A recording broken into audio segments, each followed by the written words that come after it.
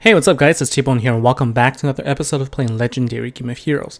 So I'm going to start the video with the same chart I showed in the last episode, where I'm talking about the relative strength of the decks. And I got some pretty good feedback and I made a little bit of changes here. So what you can see here is each week when there's a new event that comes out, I'll feature that in the deck of the week.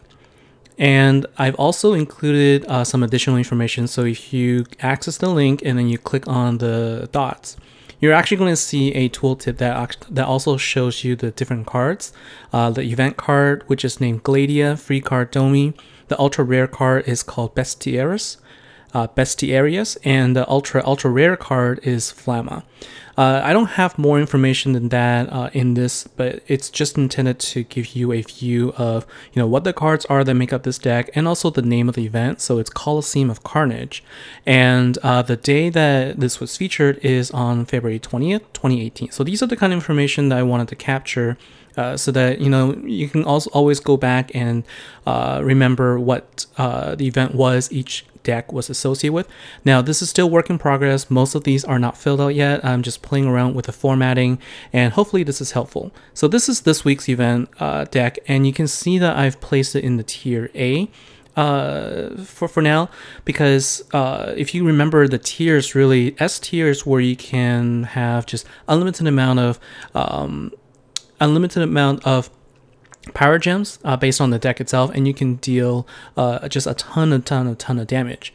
Whereas the A tier, you have limited number of power gems, but it can deal really good damage, and for the most part, you could potentially one shot a guild boss with 3 keys. Okay, so it's sort of like there's that separation of just super amount of damage versus a really high level of damage. And so Maelstrom, Brutus, the Paladin deck that we've seen, Thrall deck, Valadum, and you'll see I actually updated Venera deck. It wasn't a B tier before, where I thought it wasn't really able to deal a lot of damage, but it actually did. And so as you can see, I'm always refining here, and I'll show you a screenshot that a forum member showed me. His name is Rorov, and he showed me a screenshot which I'm going to share with you later.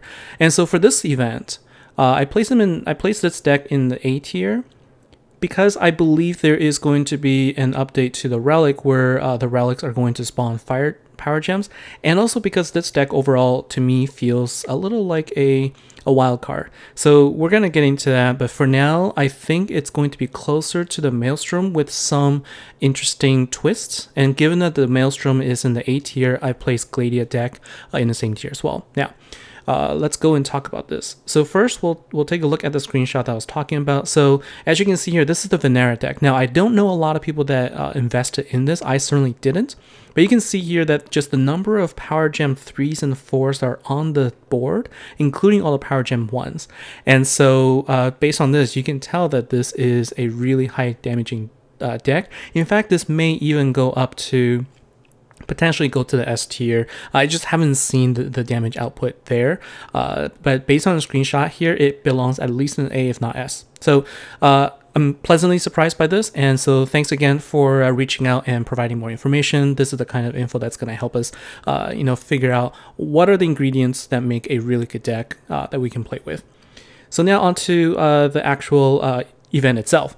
So let's take a look at the cards. First, we're going to take a look at the main event card, and that is Gladia. So a couple things to note here. The first one is that the leader skill, they've started introducing more cards that deal 400% damage and HP for all heroes now. So they did this in the previous event for the Loga event as well. And so this one is a boost for all Fire Honor heroes in the GVG attacks. Then the second thing that we should pay attention to is the battle skill. So this will generate 5 honor intensity, and it also attacks for 3,000% attack and another 1,500% for every 5 stacks.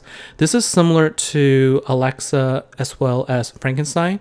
Frankenstein will attack for 5,000% attack plus I believe another 5,000 for every 5 stacks. So if you just do a side-by-side comparison, this one is still weaker, but the trick here is this card has a 0 turn cooldown, and it has a smaller gem requirement of only 5 gems. So if you're able to charge 5 gems every turn, you can use this skill every turn.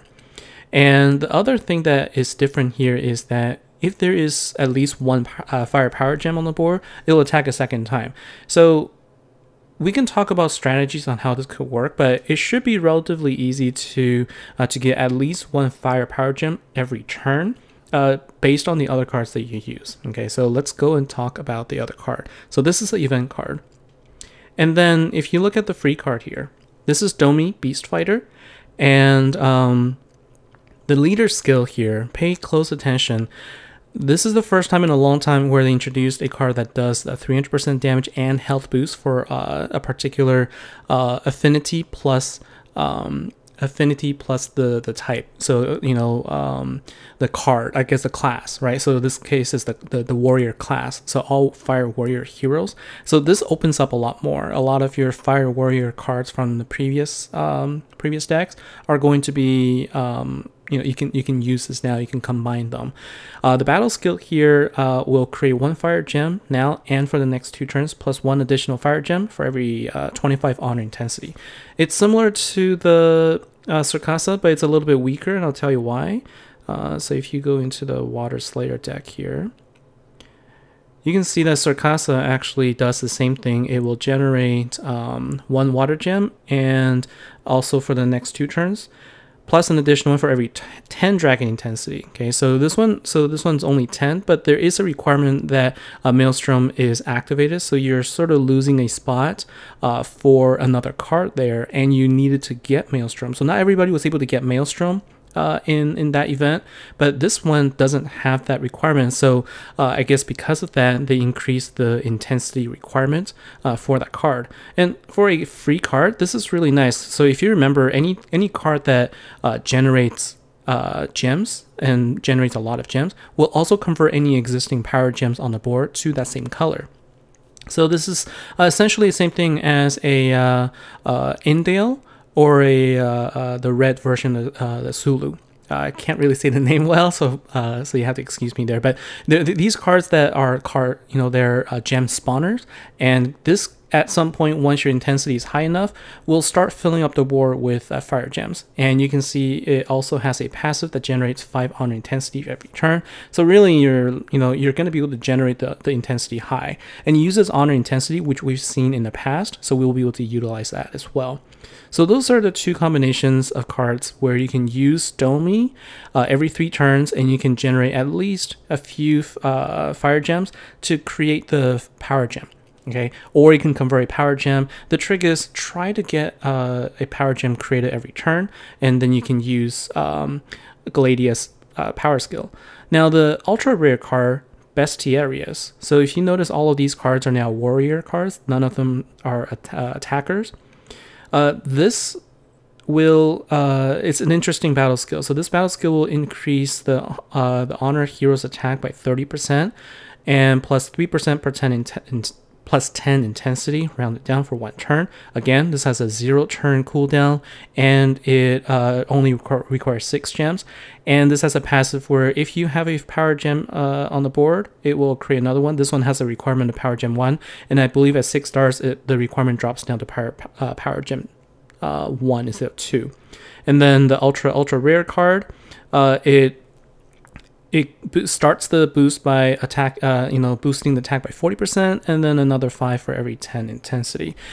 There is a lot of discussions on what this means. So the 2 things. Number 1 is I believe that these boosts will stack. So the more you get, the more attack bonus you'll get. Now the second thing is whether this is going to boost the base attack or if it's going to boost the damage. Now I believe it's going to boost the base attack. So it's not going to be quite as devastating as if it were to become one of the damage calculators where it just becomes another 40%, or after a few turns up to 100%, 120% of additional attack. So this one remains to be seen. It is really interesting from my perspective that if it's the latter where the attack amount just goes up by, increases significantly, then maybe the concept of, always looking for power gems, like this could sort of counteract it, well, not counteract, but this could become another meta. Although I kind of wonder about this, whether they're just going to make a card just become infinitely powerful. So I'm curious as to how much damage this will deal, but I do believe that you want to play at least with the full deck, and having two of the combination of the ultra rare plus the ultra rare will actually increase your damage a lot. And so I think a good makeup here would be at least one Domi, maybe two, so you can increase intensity, and then one Gladia. Or if you get two Gladias, then you can just use her battle skill consecutively. There is, just because of the fact that there is a 0 turn cooldown, makes it really, makes it really good. And because this boosts warriors, you also get additional. There are just some additional things that you can do. So I'll show you an example. So if we talk about Fire Warriors, I don't have as much of the warrior cards. They're mostly attack cards. But here's an example. So you can actually pair up two of them. You can see I have an experiment here. I could put up, 3 Contessas and 2 of the maybe 1 Domi and 1 Gladia. I can basically on turn 1 create a bunch of create a power gem, and then for the next few turns just continue to delay the turn and just keep matching fire gems to build up the intensity and just keep using attacks. That's just one example of just playing around with the cards. But you can also use Idalia, right? Idalia also is a fire warrior, and she generates a fire power gem. So if you're lacking fire power gem generators, you can now use these cards and actually boost it.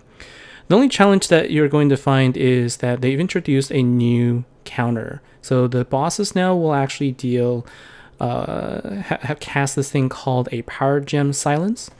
And so this is new. Okay, so Power Gem Silence debuff, based on the conversations I've heard, will impact any skills that will spawn Power Gems. Now, if you have a skill that generates just the gems themselves, it's actually not going to be impacted. But this is sort of a cascading effect. So if you have a card that both spawns gems and also power gems, I think Silver Hoof is an example here where she actually will so what she'll do is she'll actually destroy gems. So this is a different one. So she'll destroy gems, and then depending on whether the Flameheart's ability is active, we'll go ahead and create power gems. Because Silver Hoof has that ability to create power gems, it nullifies all the other actions there. So if you're hit with that spell, then basically none of the actions will take place. So you're not going to be able to destroy the gems, and you're not going to be able to generate the power gems. So that's the thing to keep in mind. And so it basically means that for this particular event, Gladia is required. All right, so if you use any decks that uses power gems, you pretty much need this card in your arsenal, or you're not going to be able to deal a lot of damage. And I believe that's going to be the case for this particular event. So it's unfortunate. So there's a couple of things you can do. Obviously, you can always wait for the collections to hopefully get lucky there.